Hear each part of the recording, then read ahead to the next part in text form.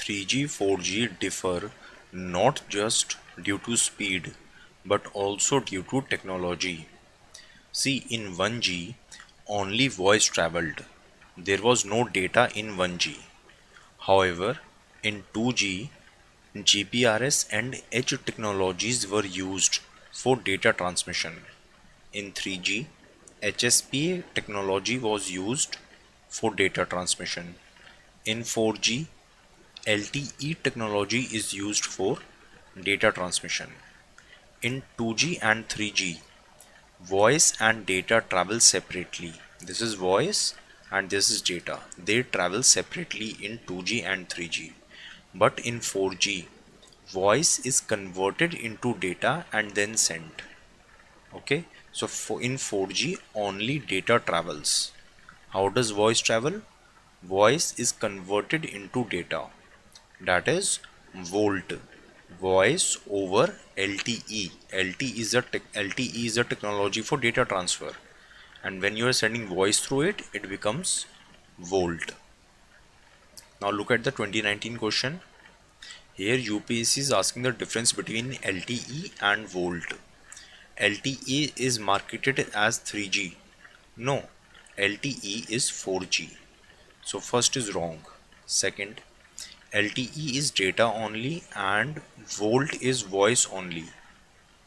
How is Volt voice only? Volt is voice converted into data. So Volt is data only. Here it is saying Volt is voice only. So this is also wrong. So both the statements are incorrect.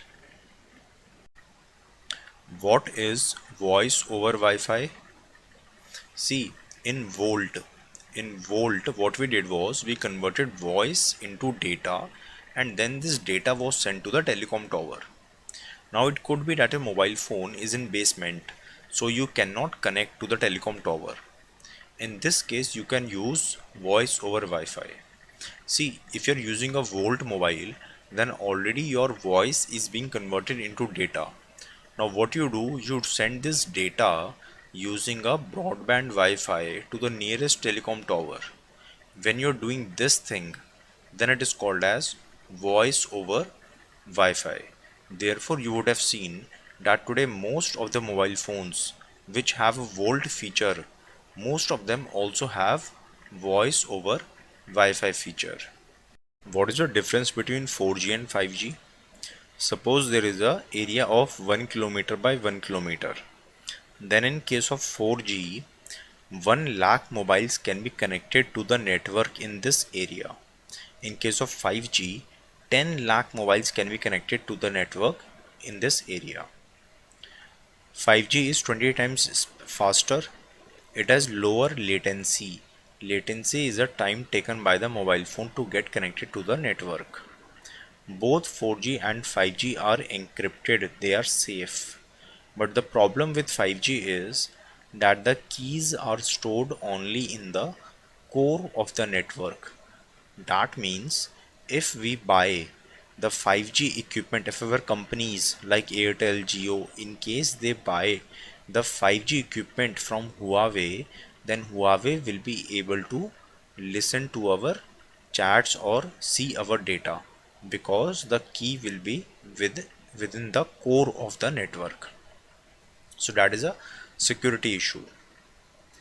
Therefore, most of the countries are trying to develop their own 5G technology so that we don't have to depend on China's Huawei. One such initiative is D10 Club.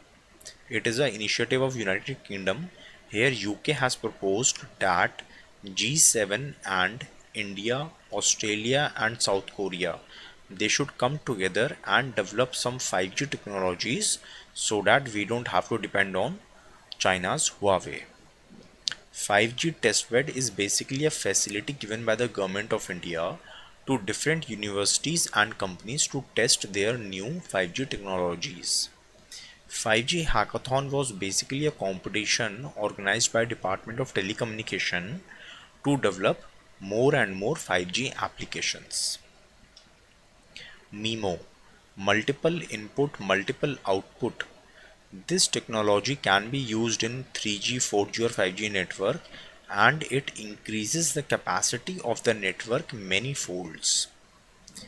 VRAN, virtualized radio access network.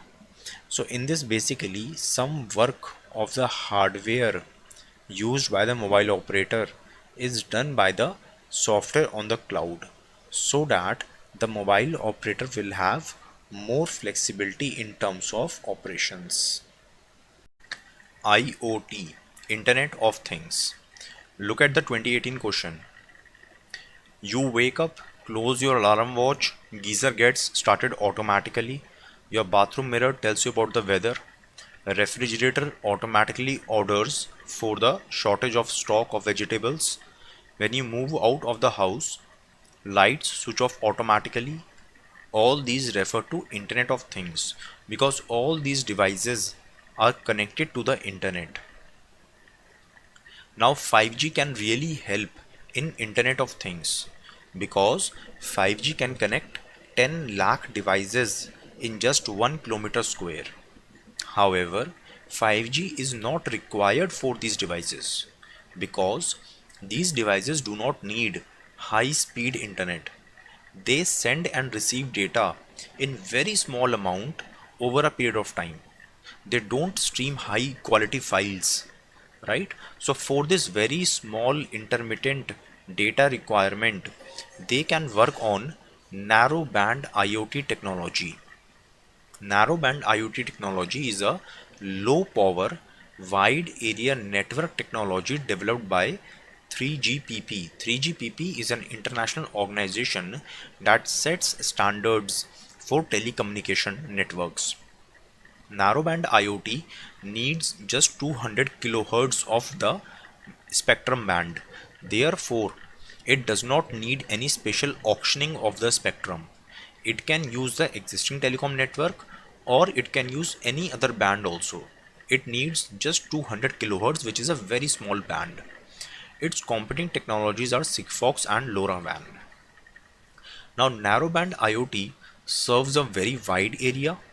Its signals can reach even the basements, deep underground. The devices that will be connected to the narrowband IoT network need very low processing power. You don't need high-end 5G mobile phone to connect to this network. No, even your bathroom mirror, which may have a very small processor, can also connect to this network.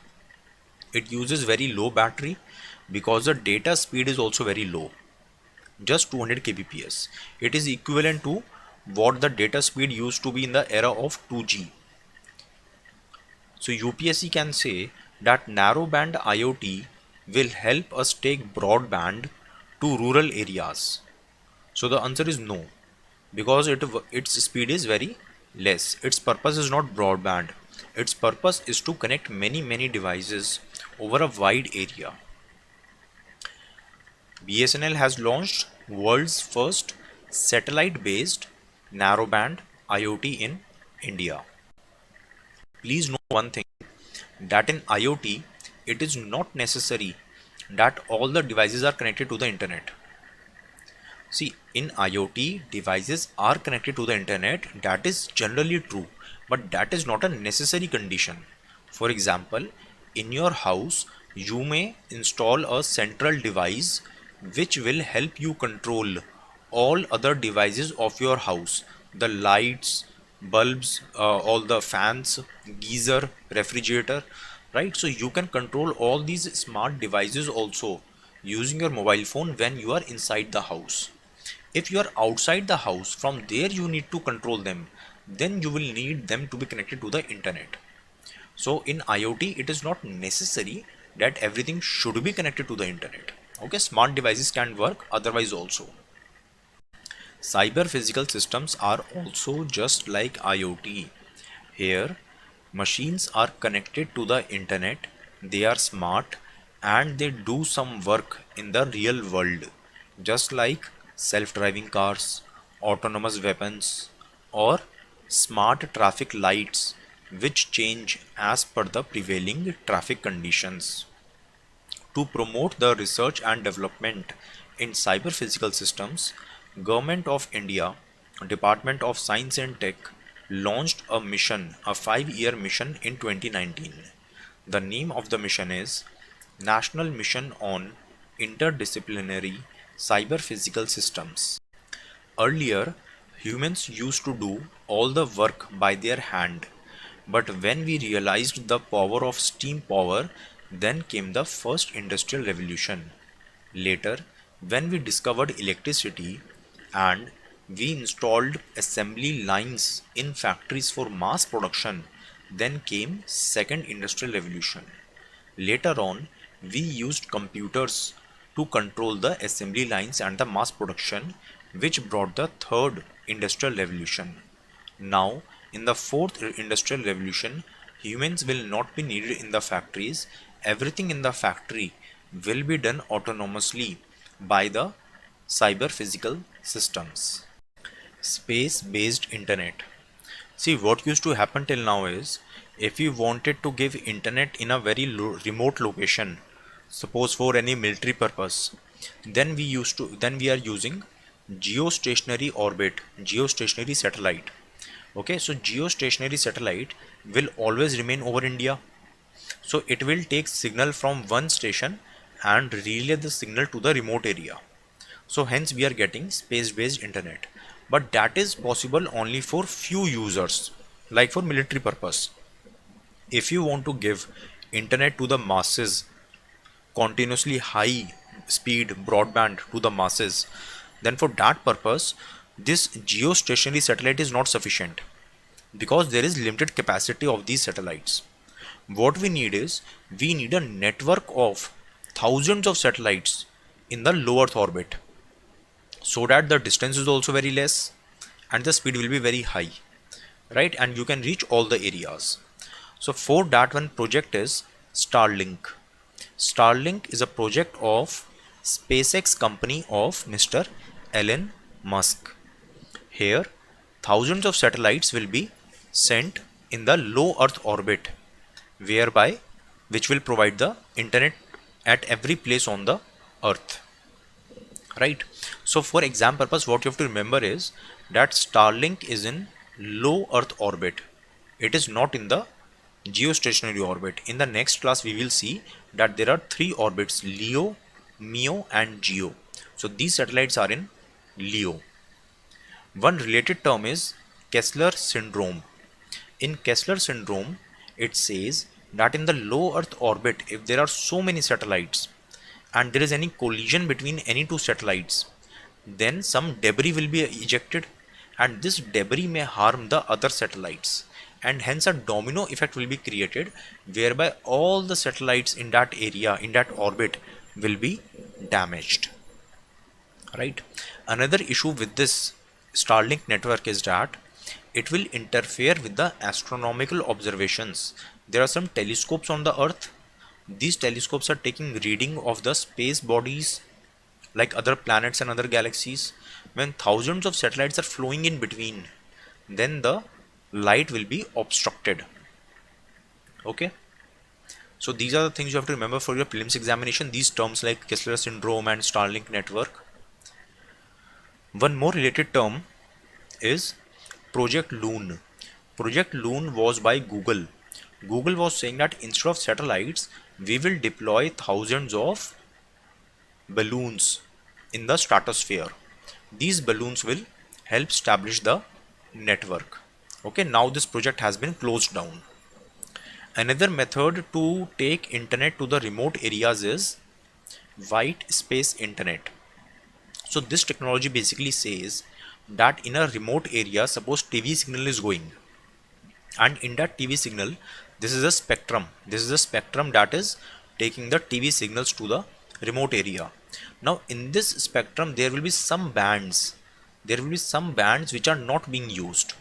So we can use these bands to take internet to the remote areas. That is a white space internet technology on which Microsoft and Google are working. So for prelims, you have to just remember the terms: Project Loon, white space internet, Kessler syndrome and such things. In earlier days, everyone did not have a mobile phone or telephone connection. Therefore, there were PCO, public call office. Similarly, Today, everyone does not have internet connection. Therefore, government is making PDOs, public data office. Any small shop, kirana shop, tea stall, restaurant, they can act as PDO. They will have a modem which will create a Wi-Fi hotspot, and anyone can go and access the internet from there by paying nominal charges. The company which will aggregate or manage many PDOs will be called as PDO aggregator, PDOA. So PDOA needs to register itself with DOT, but does not need to pay any license fee. Otherwise, the cost will be very high, right? And anyone can act as a PDO. PDOs don't need to register themselves with the DOT. So same thing was said by the recent news article. So PM Vani is a government initiative.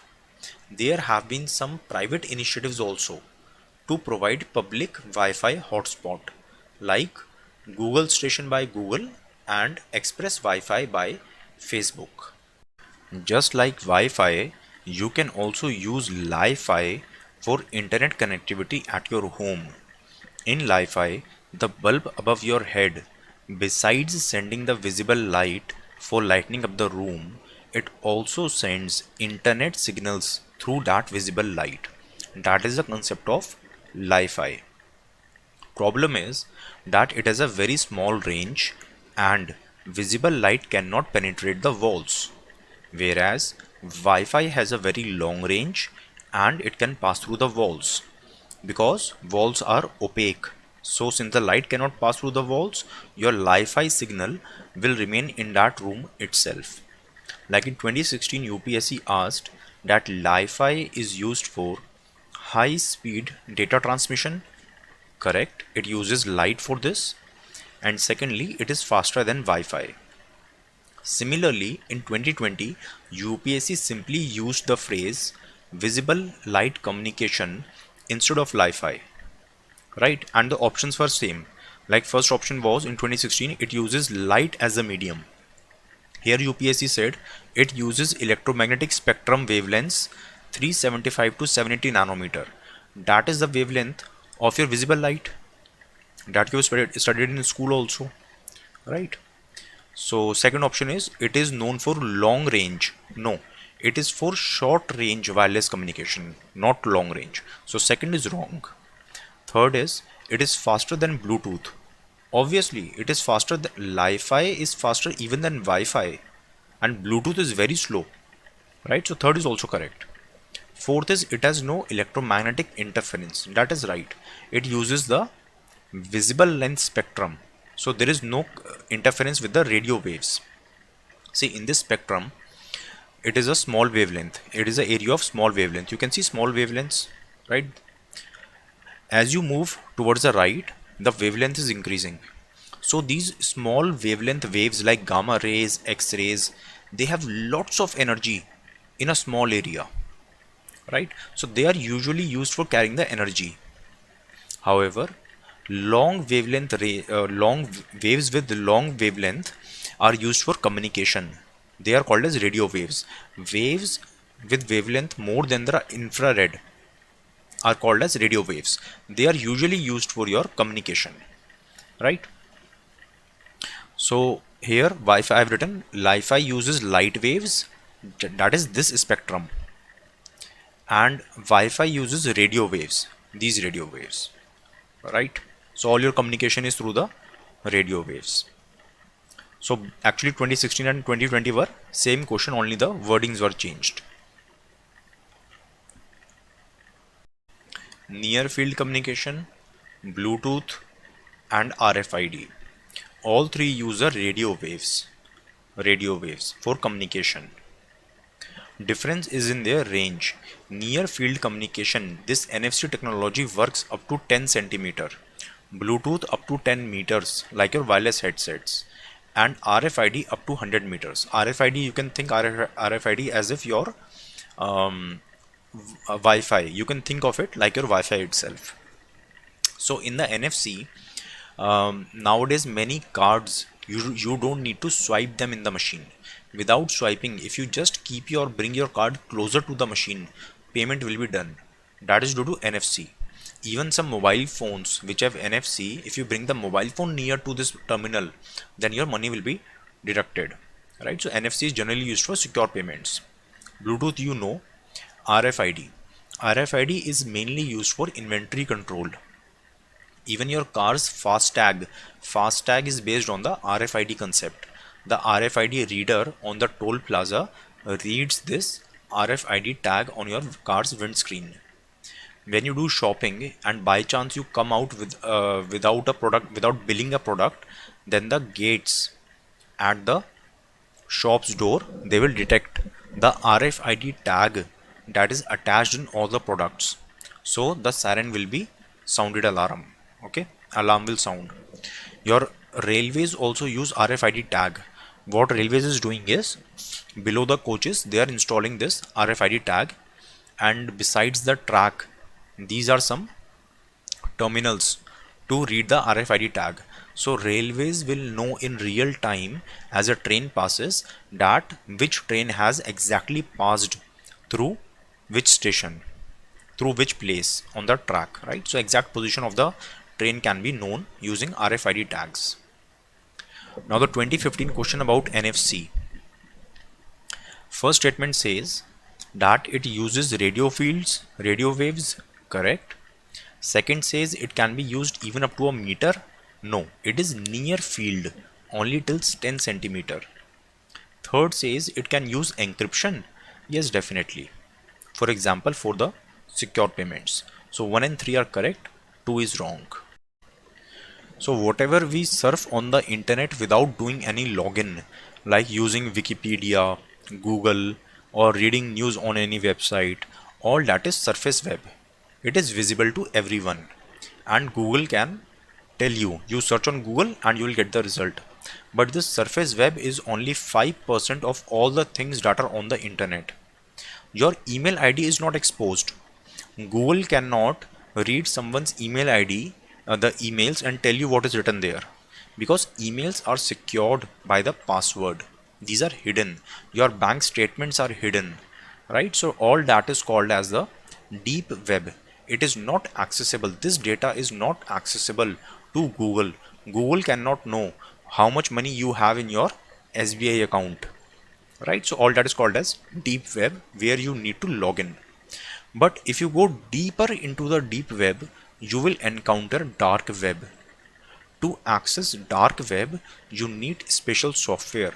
Your Google Chrome or Firefox will not work there, because even these are not properly secured. So what happens is, you need some special software to communicate in the dark web. See, basically, whatever is published on the website, that government can read. Even your emails which you think are secure, even that the government can read. But if you use some special softwares like Tor, the Onion Ring, or Freenet, or DuckDuckGo, then that government cannot read, because the structure of these softwares is such that your anonymity is maintained. If you are trying to access some website, then in between many layers are created, just like an onion.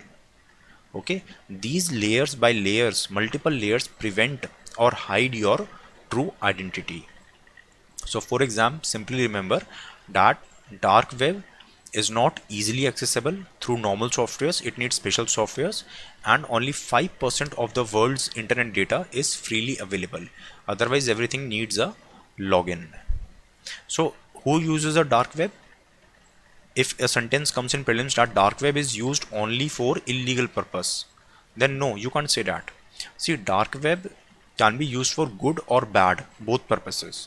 Some people can, a gangster can use it for planning, terrorist can use dark web for planning anti-national activities, or in countries where dissent is not allowed, then their pro-democracy people or journalists can use dark web to do research or to communicate with each other, hiding themselves from the government. So dark web can be used for both good and bad purposes.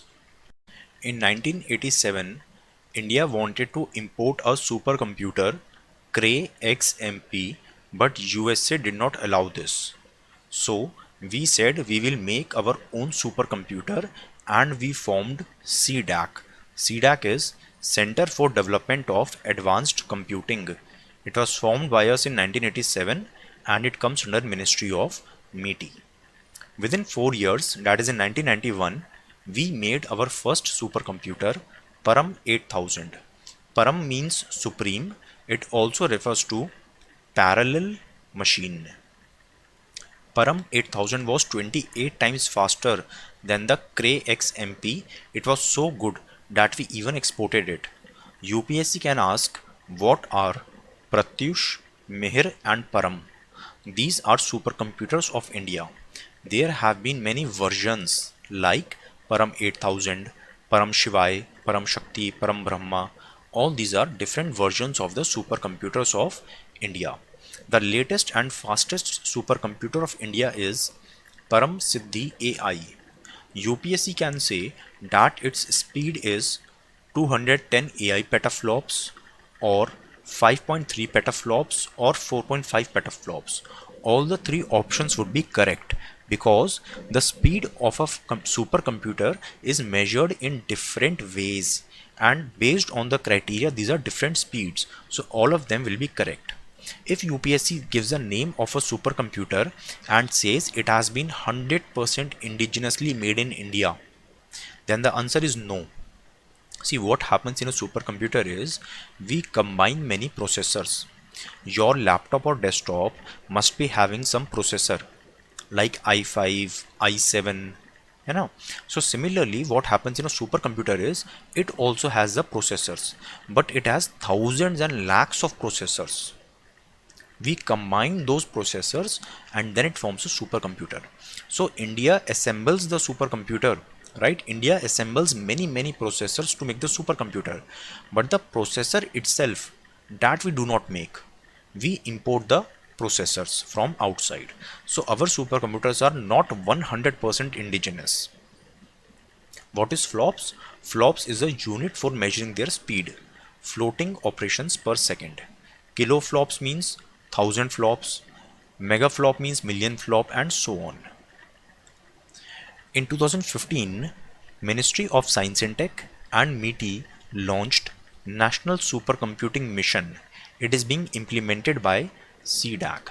Under this, we aim to connect 70 high-performing computing facilities to form a supercomputing grid.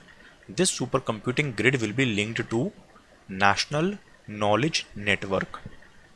In 2010, we announced that we are forming a national knowledge network whereby we are connecting most of the research institutions in India and universities through a high bandwidth broadband connection so that they can collaborate among themselves for the research and development. Supercomputer is not the same as quantum computer. The figure on your left, this is a supercomputer. Like I told you now that supercomputers are found by combining many processors. So there are many processors like in these Almiras, and the whole of it forms a single supercomputer, right? Quantum computer is a different thing. This is a photo of a quantum computer. Okay, so quantum computer is so small as compared to a supercomputer, but it is lakhs of times faster. This quantum computer is lakhs of times faster than a supercomputer because it works on an entirely different technology. So if UPSC says that quantum computer is nothing but a very fast supercomputer, so the answer is no. Obviously, quantum computer is many times faster, but that is not the reason why you call it quantum computer. You call it quantum computer because it works on the principle of quantum physics. This is a second class of science and tech where we are discussing page numbers 9, 10, 11, 12. Right? Rest of the pages of this class you can download and study yourself. The PDF is freely available on this website allinclusiveis.com. Okay, if you want the explanation of the rest of the pages also, then you will have to purchase our paid course. So what happens is in each of the class, first few pages we discuss on the YouTube and rest of the pages explanation is a part of our paid course. So like in science and tech paid course, If you pay rupees 250 for English video, like this video is in English with the English explanation. In Hindi video, there is English text, but the explanation is in Hindi, right? So this is an English video. If you pay 250 rupees, then you will get access to all the paid videos of Science and Tech Current Affairs course. How to make this payment? So basically, see the description box of this video. There you will find the link to download the mobile app, either Google or from the Apple App Store. Okay, once you download the if you are downloading the application from the App Store, then after downloading the app, please put the organization code as MXLDF. Once your mobile app is installed, go to store at the bottom of the screen in the application and purchase the course. If you want to see the videos on laptop, then see the description box of this video. There is a link. Click on that, make the payment, register yourself, make the payment, and click on my courses. Then you will get access to the videos on the laptop. Please make sure that you make the payment only on the platform on which you want to see the videos. That is, if you want to see the videos on mobile app, then please make payment only on the mobile app, not on laptop. If you want to see the videos on laptop, then make the payment only on the laptop and not on the mobile app.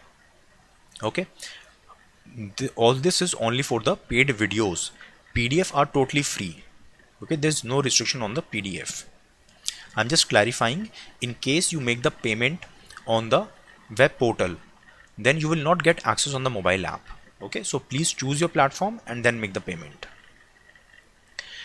Whenever next video comes, you want the notification, then please subscribe to our YouTube channel and click on the bell icon.